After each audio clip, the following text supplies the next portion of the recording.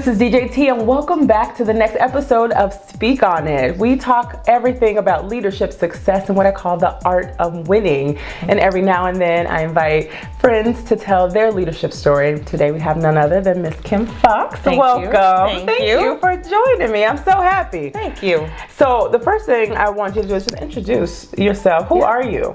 However you want to define it. Yeah, I am Kim Foxx, wife, mother, and Cook County State's Attorney, first African-American woman to hold this spot.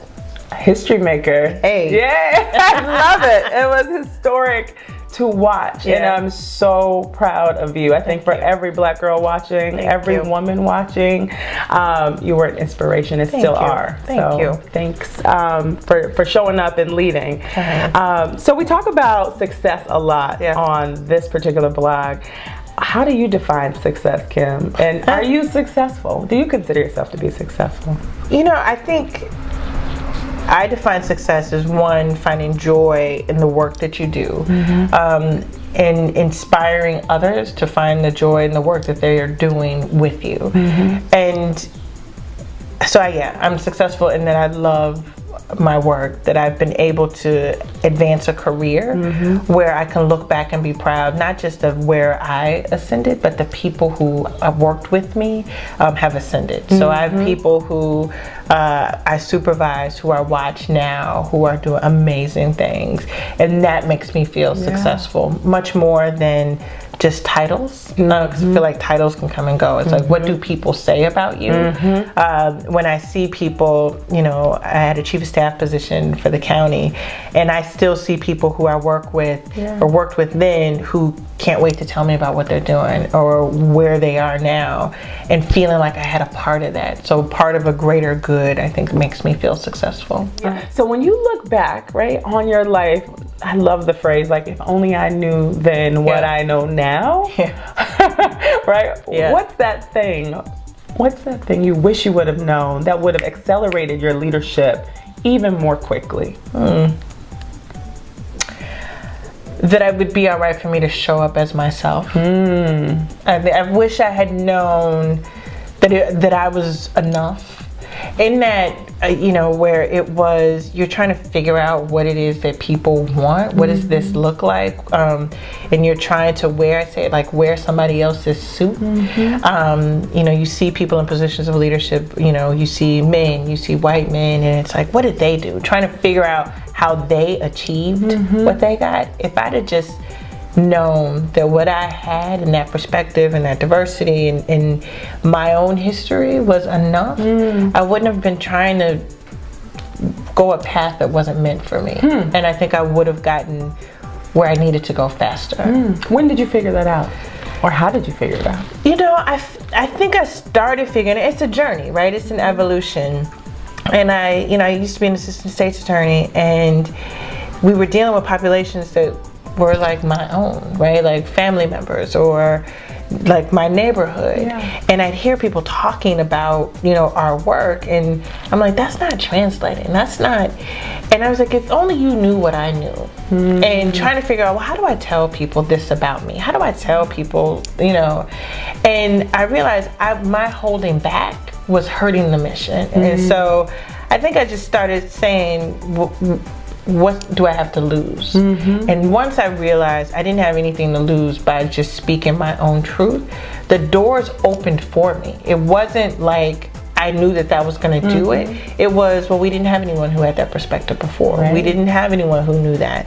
We should probably invite Kim to this room. We should probably have her at the table because she knows this.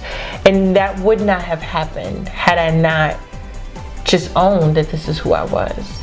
That's so interesting. I wonder, is there a balance though, right? Because I mentor, right, a lot of young women, a lot of women of color as well, and I'm still on that journey being mentored and trying to figure that out, right? Because I think that you have to establish a certain level of credibility. That's right. Right? Before you can enter in that room with that voice. But what is the balance? How long, how much, you know, do you give? Because you can't. I think about the episode, I don't know if you watch Insecure, but the black girl in the law firm, and she comes in being real like turn, all the way turned. All the way turned. Yes. And Molly's like, okay. Exactly.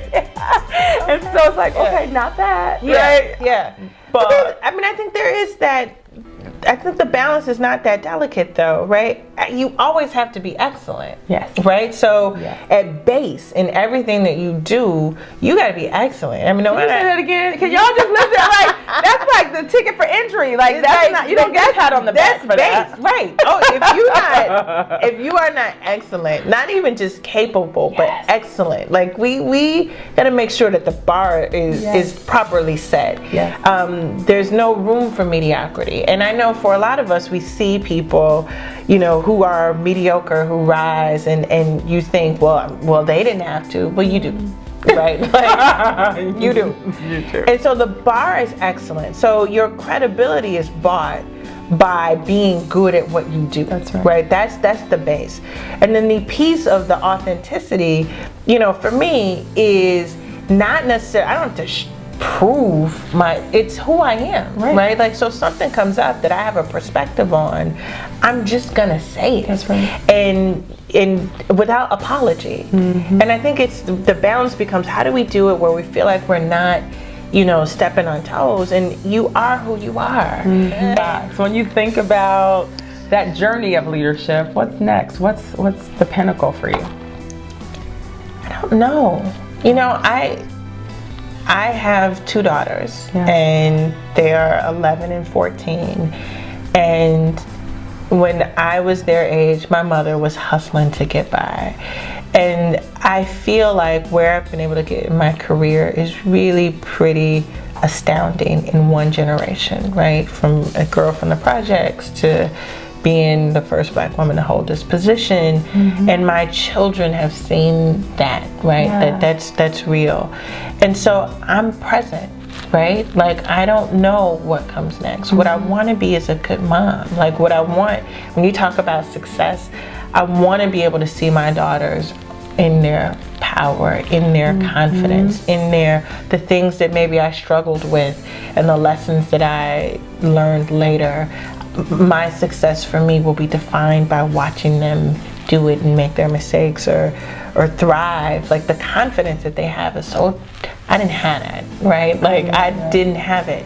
And so what comes next for me is really wanting to make sure that my husband, you know, who I've been with for 20 years, like, still is my biggest cheerleader, that my children find their space, and then that the work, right? That I think that's the other piece, that the Black girls and women who are like, oh my God, we can have these spots, are ready to take this spot, are lining up, and we're building a pipeline. And I probably wouldn't need much else. So Kim, what's something that people would be surprised to find out about you? I think people would be surprised to know that I'm on my 2nd marriage, and because people know and love my husband, but that I've married my ex-husband. So I married the same guy twice.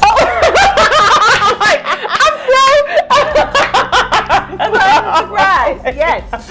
Okay. Yes. You loved him so much you did it again. Well, we did it again. Married, divorced, and married again. I love it. Yes. Good. Any last thoughts you want to share with the viewers? Do what you love. Grind hard for what you love. Hold who you are, and lead in the fullness of that, and it will get you where you need to go. I love that. Thank you for You're being welcome. here. I'm Oh my so God, glad. I'm so glad. So thank you for watching this week. I want to leave you with what I always do, and that is your voice has the power to change the world. So find something that you are passionate about and speak on it. See you next week.